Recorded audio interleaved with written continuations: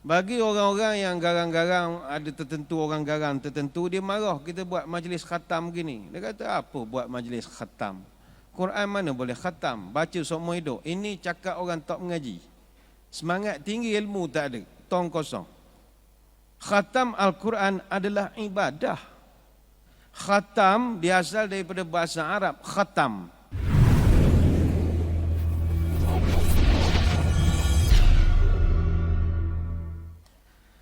Alhamdulillah, tuan-tuan puan-puan telah berjaya membaca Al-Quran bertadarus beramai-ramai, dan hari ini tibalah masanya untuk kita mengkhatamkan. Bagi orang-orang yang garang-garang, ada tertentu orang garang tertentu, dia marah kita buat majlis khatam gini. Dia kata, apa buat majlis khatam? Quran mana boleh khatam? Baca seumur hidup. Ini cakap orang tak mengaji. Semangat tinggi, ilmu tak ada. Tong kosong. Khatam Al-Quran adalah ibadah. Khatam diasal daripada bahasa Arab, khatam. Maknanya menutup. Kita tutup. Makna apa? Majlis hafazan. Khatam Quran wujud. Cuma kalau nak tegur pun, majlis khatam Quran itu sajalah. Macam kita kan dengan tabak telur bagai-bagai ini sajalah. Kalau ikut kaum Melayu, pelamin bagai ni, bawa anak, gunting rambut, potong jambu, tahni, ada bagi bawa ni seorang baby ni, setiap orang colek sikit seorang, moknya, ayahnya pegang dulang, ada nyo, ada asam keping, ada garam, macam nak masak tom yam dia buatnya budak tu. Macam itu je kalau kita nak murnikan pun. Tapi dari segi majlis khatam Al-Quran itu wujud. Sebagai contoh, kata para ulama, majlis khatam Al-Quran ini fadilatnya ada banyak.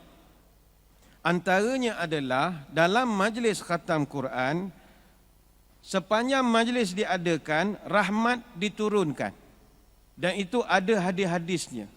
Dan doa sangat dimustajabkan dalam suasana majlis khatam Al-Quran. Sebab itu ada satu asar yang disandarkan kepada Anas bin Malik radhiyallahu anhu. Kana Anasun idza khatamal Quran jama'a waladahu wa ahla baitihi fada'a lahum. Para sahabat mengatakan adalah Anas bin Malik, kalau dia khatam Quran, dia akan himpunkan anak-anak dan seluruh ahli keluarganya dan berdoa beramai-ramai bersama-sama. Ini hadis riwayat Ad-Darimi. Dan diriwayatkan juga daripada amalan para salafus salih bahawa Abdullah bin Mubarak, apabila dia mengkhatamkan Quran, dia akan memperbanyakkan doa kepada orang-orang Islam. Ini ada di dalam kitab At-Tibyan fi Adabil Hamalatil Quran. Masa ini doa sangat mustajab. Begitu juga Imam An-Nawawi, dia mengatakan sunat muakkad hukumnya menghadiri majlis-majlis khatam. Juga kata ulama, hukum sunat menghadiri majlis khatam Al-Quran juga disebutkan oleh Syekh Al-Humaidi dalam kitabnya. Apa sebab? Kerana dalam majlis khatam ini, dia adalah majlis zikir. Daripada permulaan kita duduk dalam majlis ni tadi, kita mulakan dengan macam-macam ibadat. Kita i'tikaf, itu satu ibadah. Kemudian kita berdoa, kita membaca Quran secara berjemaah. Kemudian ada zikir-zikir antara selang-selang bacaan Al-Quran. Maka ini semua banyak fadilat.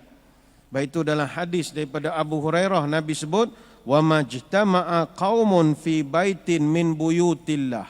Mana-mana orang yang berkumpul dalam rumah-rumah Allah, yatluna kitab Allah, mereka membaca kitab-kitab Allah atau membaca kitab Allah, wa yatadarasunahu bainahum, dan mereka saling belajar dan mengajar pula isi kandungannya, illa nazalat alaihimus sakinah, Allah akan turunkan kepada puak itu ketenangan.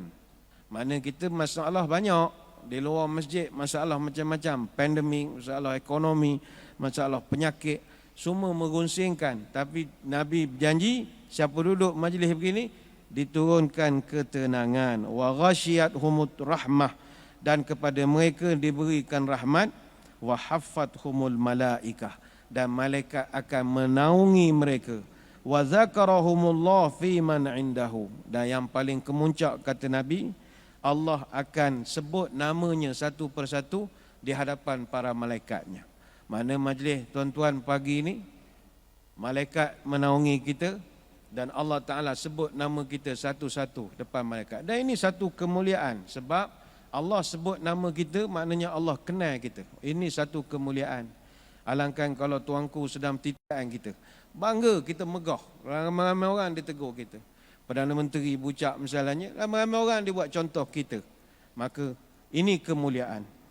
Sebab itu hadirin hadirat sekalian, terdapat beberapa hadis yang membicarakan tentang khatam Al-Quran ini.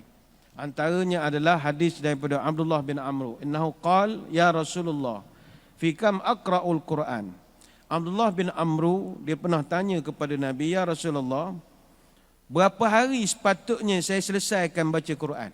Mana pernah timbul soalan ini di zaman Nabi. Saya baca Quran, berapa hari saya nak khatamkan keseluruhan ya Rasulullah? Nabi jawab, fi syahrin, moleknya sebulan, kata Nabi. Khatam biar sebulan.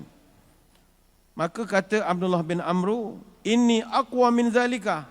Setakat sebulan, nothing ya Rasulullah. Saya lebih pada tu, awal lagi boleh buat. Saya baca sama. Mana sebulan ni, nothing. Boleh diskaun sikit lagi ke? Yuraddidul kalam Abu Musa wa tunaqisuhu hatta qala iqra fi sab'in. Kata perawi hadis, Abdullah bin Amr bila dia minta diskaun dengan Nabi, mendesak-desak. Boleh tak kurang pada sebulan jadi 2 minggu? Ataupun 2 minggu jadi seminggu? Begitu dia minta diskaun. Sehinggalah dia ulang-ulang katanya, sampai Nabi pun agak hamun dah, asyik tanya saja, boleh tak kurang, boleh kurang. Maka kata Nabi, iqra'hu fi sab'in. Tak apalah, khatam setiap 7 hari. Seminggu sekali khatam. Seminggu sekali khatam.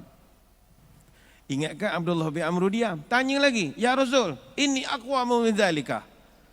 Boleh kurang lagi? Saya 7 hari ni mainan. Kurang lagi boleh ya Rasul, khatam Quran 3 hari, 4 hari misalnya. Maka dijawab oleh Nabi, la yufaqahu man qara'ahu fi aqal min salatin. Maka Nabi bersabda, tak digalakkan.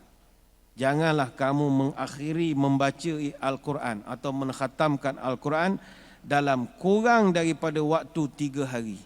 Nescaya kamu tidak akan mengerti, kata Nabi. Hadis riwayat Abu Daud. Jadi perbicaraan khatam Quran wujud.